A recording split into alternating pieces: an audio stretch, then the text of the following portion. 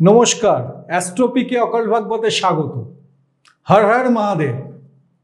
শ্রাবণ মাস just অতিক্রান্ত প্রায়। শ্রাবণ মাসের সাথে সম্পর্কিত কিছু আচার অনুষ্ঠান নিয়ে আমি আজকে আলোচনা করব। কেননা আমরা ধরুন অনেক আচার অনুষ্ঠান পালন করি, কিন্তু আমরা জানি না কেন সেটা পালন করছি বা কি তার সায়েন্টিফিক গুরুত্ব আছে, বা প্রাচীনকালে সেই আচার নিয়ম কেন শুরু হয়েছিল। এগুলো একটু জানলে কি হয়, নিজের মেন্টাল স্যাটিসফ্যাকশন বাড়ে এবং নিজেকে কোনটা করা উচিত কোনটা করা উচিত না সেখানে সঠিক জায়গায় উপস্থাপন করা যায়। পবিত্র শ্রাবণ মাস হিন্দু বৈদিক ক্যালেন্ডারের পঞ্চম মাস। আষাঢ়ের আগে এটি বর্ষার দ্বিতীয় মাস এবং বছরের সবচেয়ে গুরুত্বপূর্ণ মাসগুলির মধ্যে এটা বিবেচিত হয়।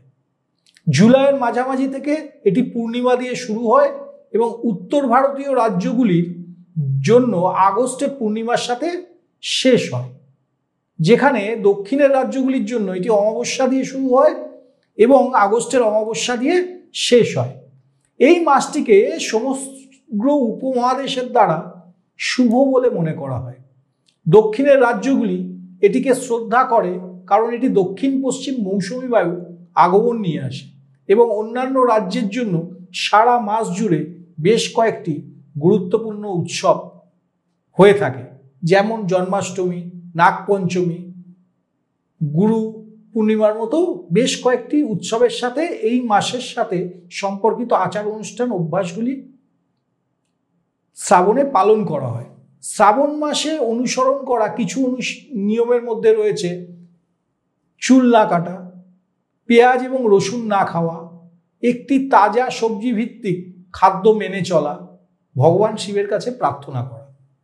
এই অভ্যাসগুলির প্রতিটির পিছনে কিছু অতীতের বিষয় রয়েছে। সময়ের সাথে সাথে বিষয়গুলি হারিয়ে গেছে, তবে অনুশীলনগুলো রয়ে গেছে। এখন আসুন ফিরে যাই সেই অতীতে। এই অনুশীলনের পিছনে প্রকৃত অর্থ বা কারণগুলো কি ছিল একটু দেখা যাক। কেন শ্রাবণে চুল কাটা উচিত নয়? শ্রাবণ মাসকে বৃদ্ধির মাস হিসেবে চিহ্নিত করা হয়। এই সময় দক্ষিণ পশ্চিম বর্ষা কৃষকদের জন্য বৃষ্টি এবং খুশির হাওয়া নিয়ে আসে। বর্ষা পূর্ণ প্রবাহের সাথে এটি এমন সময় যখন ফসলগুলি তাদের প্রধান কাটার সময় বা বৃদ্ধির পর্যায়ে চলে আসে।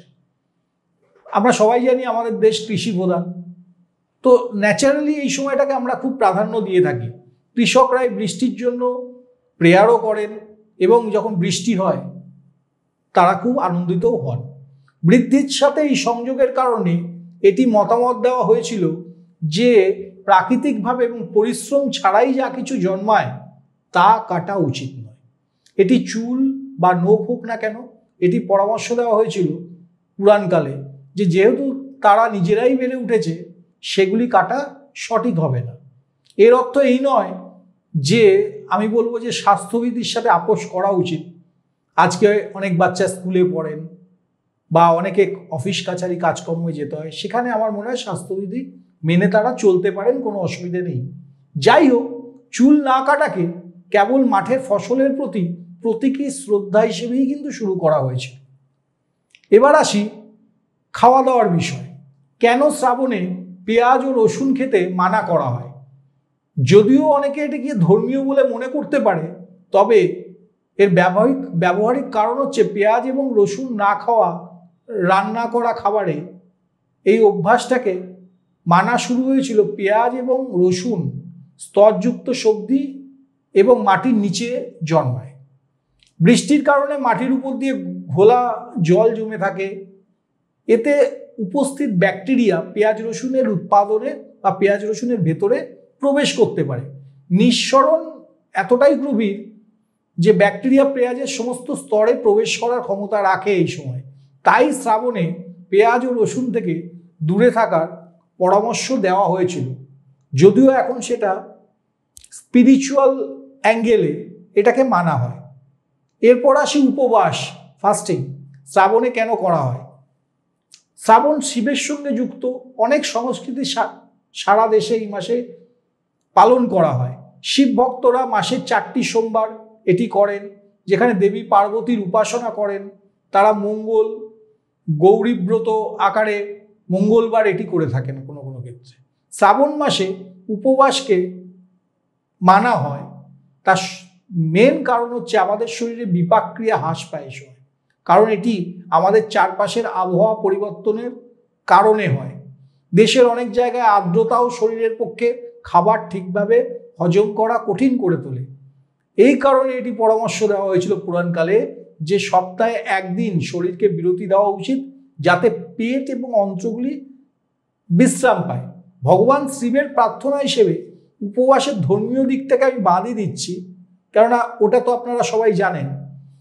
উপবাসকে আমাদের ভিতরের পশু প্রবণতাকে নিয়ন্ত্রণ করার একটি পরিমাপ হিসেবে পুরাণকালে বিবেচনা করা হতো, কারণ পুরাণকালে এত সোসাইটি ছিল না, এত কালচার ছিল না, এত rules and regulation and law ছিল না, এবং একই সময় প্রাণী জগৎকে বাহ্যিকভাবে বৃদ্ধি পেতেও দেওয়া হয়।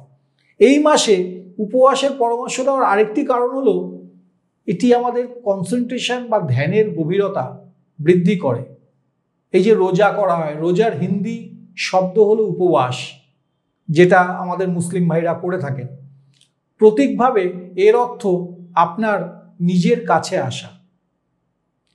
কেন আমিষ খাবার খেতে মানা করা হয় এই সময়, সেটাও একটু আলোচনা করি।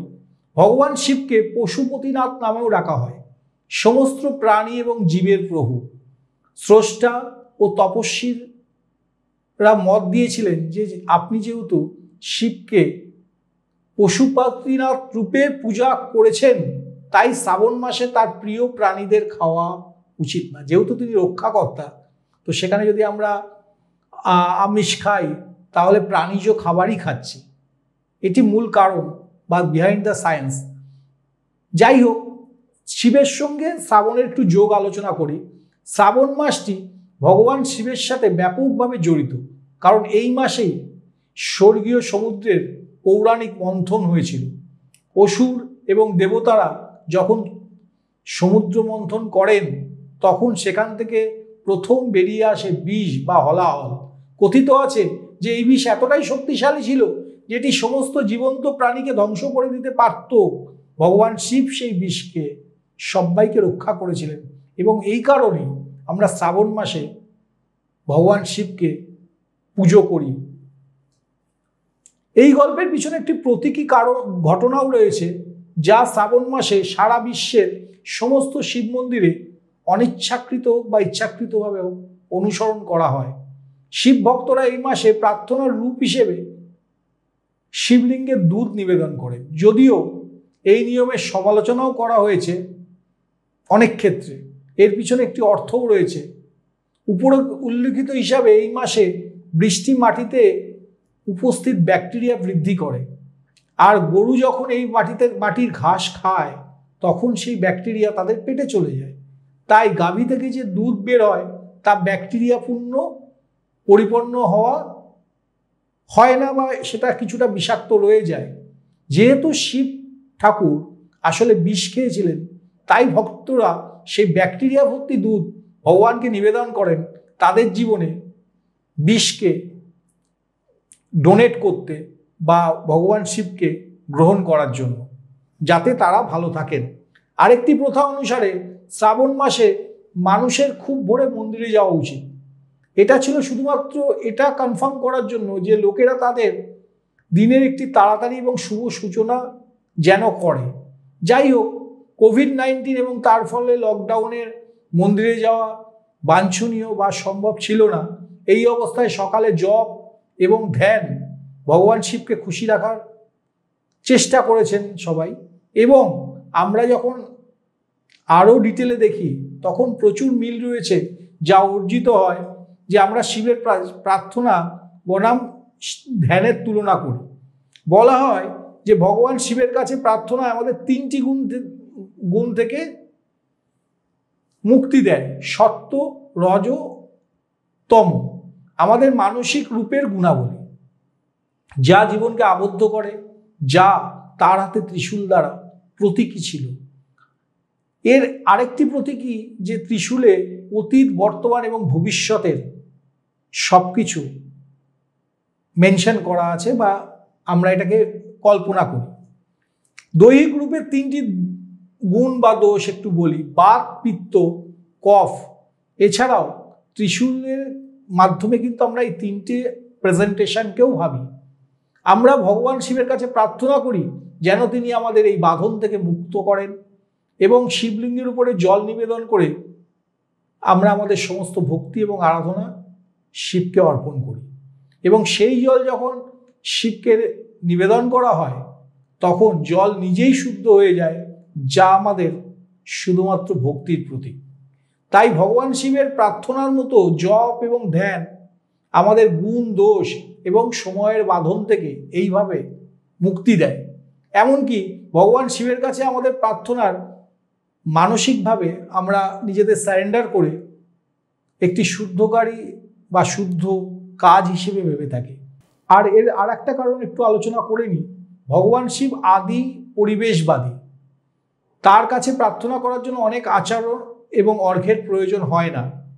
শুধু একটা বেলপাতা এবং 1 কাপ জল আপনার প্রার্থনার প্রতীক হিসেবেই যথেষ্ট। পরিবেশের ন্যূনতম ক্ষতি সহ একটি নৈবেদ্য ভগবান শিব কিন্তু গ্রহণ করেন। শ্রাবণ মাসে ভগবান শিবের সাথে জড়িত সমস্ত আচারের সূক্ষ্ম বা ইন্টারনাল মিনিং কিন্তু এটাই।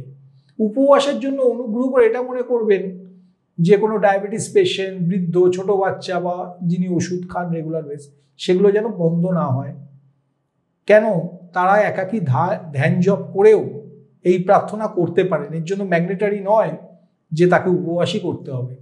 ভগবান শিবকে শ্রদ্ধা করার সর্বোত্তম উপায়গুলির মধ্যে রুদ্রাক্ষ দিয়ে জপ বা শ্রবণ করা, ধ্যান করা, সেটা কিন্তু খুব কার্যকরী। শ্রাবণের আচার অনুষ্ঠানে ভক্তদের আশীর্বাদ চাইতে ভগবান শিবের প্রতি তাদের ভক্তি প্রকাশ করার জন্য বিভিন্ন আচার অনুষ্ঠান হয়ে থাকে। এখানে কিছু আমি আলোচনা করব আজকে, যে কিছু আচার অনুষ্ঠান যেগুলো আমাদের দেশে মেনটেন করা হয়। এক হচ্ছে কানওয়ার যাত্রা। তীর্থযাত্রীরা কানওয়ার নামক পাত্রে পবিত্র গঙ্গা নদী থেকে জল নিয়ে যান এবং খালি পায়ে শিব মন্দিরে যান। এই যাত্রা বিষ শীতল করার জন্য গঙ্গা জলের সাথে ভগবান শিবের যাত্রার প্রতীক। উপবাস। অনেকে সারা মাস সোমবার, শ্রাবণের সোমবার উপবাস পালন করেন। তারা সন্ধে পর্যন্ত খাবার এবং জল পরিহার করেন এবং ভগবান শিবের কাছে প্রার্থনা করেন। অভিষেক। ভক্তরা জল, দুধ, মধু এবং অন্যান্য পবিত্র পদার্থ দিয়ে শিবলিঙ্গে স্নান করান। এটি শুদ্ধি এবং ভক্তিকে রিপ্রেজেন্ট করে। মন্ত্র জপ। শিব মন্ত্র, বিশেষ করে মহামৃত্যুঞ্জয় মন্ত্র শ্রাবণের সময় অনেকে করে থাকেন। এটি সুরক্ষা এবং নিরাময় রাখতে আমাদের সাহায্য করে। শিব মন্দির পরিদর্শন। ভক্তরা শিব মন্দিরে যান, বেলপাতা, ফুল এবং হালকা ধূপ দেন। কেউ কেউ শিবলিঙ্গের চারপাশে প্রদক্ষিণও করেন। শিব কথা শ্রবণ। এই মাসে ভগবান শিবের সাথে সম্পর্কিত আধ্যাত্মিকতা, বক্তৃতা বা বিভিন্ন পুরাণের গল্প, এগুলো আয়োজন করা হয় অনেক জায়গায়। মনে রাখবেন, শ্রাবণ হলো আত্মদর্শন, ভক্তি এবং ঐশ্বরিক শিবের সাথে সংযোগ করার একমাত্র সময় বা সবচেয়ে সঠিক সময় বললে ভুল হবে না। ধন্যবাদ। নেক্সট ভিডিওতে আবার দেখা হচ্ছে।